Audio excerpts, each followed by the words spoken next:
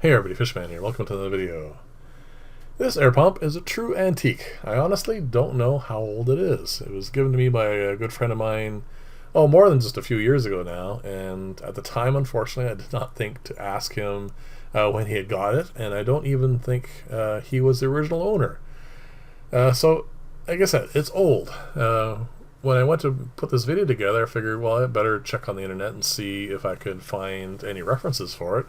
So I put in vintage Penplax air pumps, which is what this is, and a bunch of stuff came up, but not this. And then I stuck in its model number, and that didn't give me anything either. So let's just say somewhere in the 60s or 70s, this is probably when this air pump was in use. I do like the look of it, and also, I've never taken one of these apart before, so I wasn't sure what to expect. This is just a condenser which helps the electric motor work, which, by the way, is either seized or burnt out because it doesn't work. So I wanted to take it apart and see if I could figure out a way of getting it to actually function. And again, I have not taken one of these apart before, so this is not the section I should have started with. Where the handle is where I should have initially started taking the screws apart, because that is the housing for the cylinder. It is of a design that I've seen before and used to be quite popular back in those days. Instead of having a diaphragm, it has a piston and a cylinder, and it is it's a lovely design. I like it. And this particular pump itself it's impressive. The more I took it apart and the more I tried to fiddle with it, the more I liked it. Keep in mind now, when you're looking at this thing is ancient, and there's no real wear and tear on the cylinder there. It's actually quite intact still. And it's just a rubber cup that goes up and down inside there. And I actually can't really find any cracks in it or any wear and tear in that either. So, like I said, this is truly impressive considering how old this is. And again, because of the time that it was made, you can see here, you can take the whole thing apart. It's not something that's designed as it doesn't work anymore, we'll throw it out and get another one. This is designed so you can actually take it apart completely, as you're going to see here in this video. And if there's a part that's not working, you can replace it. So that's the main housing, and this is where this particular piston goes up and down. And at this point, I'm just wiggling it back and forth because I can feel it grinding a little bit, and I was kind of concerned at this point that maybe the pump, like the motor, which is in my left hand there right now, is burnt out and seized, and it's not working at all.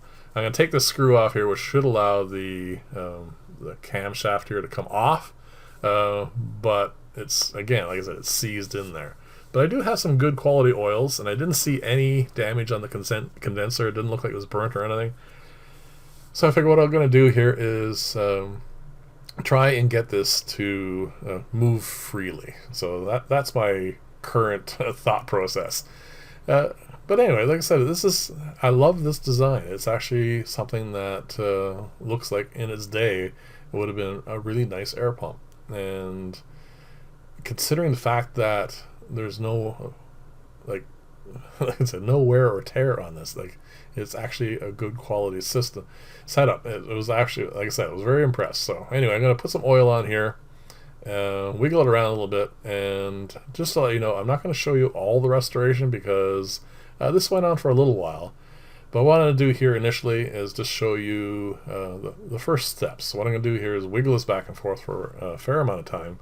Make sure to work the oil in, add a little bit more oil, get that working in a little bit. And then once I get it like doing this, I'll get it so that there's enough oil in there that hopefully it will start up. And then what I'm going to do is just not put all of it back together. I'm just going to use a couple of screws, reassemble it a little bit, test it out, and try and get it to function. And the first time I put it together, it did pump a little bit of air, nothing impressive. I did have to take it apart again because There's a couple other things I'll show you here in a second. Just wasn't. There's a actually, I'll wait till I get to that part because it'll be easier to show you. There was a part that wasn't like wasn't working as well as it should. It was old and it was a little bit stiff. We'll get there in a second. So I'm gonna just plug this in now, and I was actually happy to see this go over.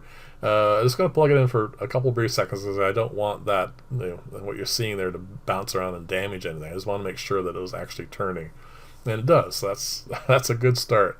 The next step, of course, is to take this and the top part, where the handle is. I want to take that apart and make sure that everything that's inside there works. So this is a very nice little design. All it is that rubber disc, and that's the rubber disc that I mentioned earlier that I was going to wait for a few seconds. It's quite stiff. I mean, it is old, right? And there are two ways it can go on. Obviously, this side and flipped over. And originally I put it in the position that it was in initially, and I realized that it was warped, so it needed to go in reverse and sit more flat. And that was one of the few things I needed to do. The spring here is still working quite nicely, and all that does is just give a little bit of pressure against that diaphragm to hold it in place. And as that piston goes up and down, it just allows that that disc of rubber to just oscillate up and down, and that's all it does. That's the whole process for making this work. It's really, really nice. I like it. And as you can see there are two valves on the top of this, and they both go to the same air chamber, so they are both receiving the same air at the same time. So I'm going to show you how all that works again a little bit later on. So there you go. I'm just going to put this all back together now. And as I said, this was my first time putting it back together, and I got it back together fine. It's very easy to take apart and put back together.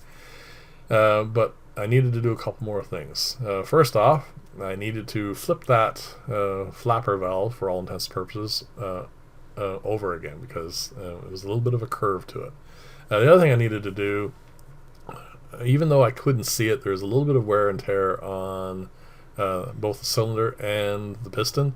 So I put a coating of nice oil on it just to give it a little bit of, more of a seal, and that helped quite a bit.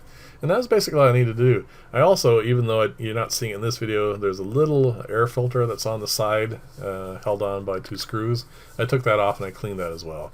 It was not really much of an impedance on this working, but it was just a good idea just to give this as much of an opportunity as possible. And once I have this back together, all it is now is a matter of sticking it on the aquarium and see how much air this thing puts out. Definitely leave in the comments below what you think of this. I really love this design. I'm impressed by lots of stuff from this era where you can take it apart, you can fix it, you don't have to just throw the whole thing out and get a new one. It is so much more elegant and so much more, so much less waste, I think is what I should say, and definitely my preference. So here we go, we're going to stick it on the tank now, and this thing puts out a lot of air, considering how old this is. This is really kind of cool. I really like this. This is impressive. And anyway, I'm going to switch over to the other valve here in a second, and it doesn't make any difference. It's just testing the valves. It's all coming from the same cylinder. Thank you very much for watching. Let me know what you think of all this in the comments section below, and I will see you in the next video, and bye for now.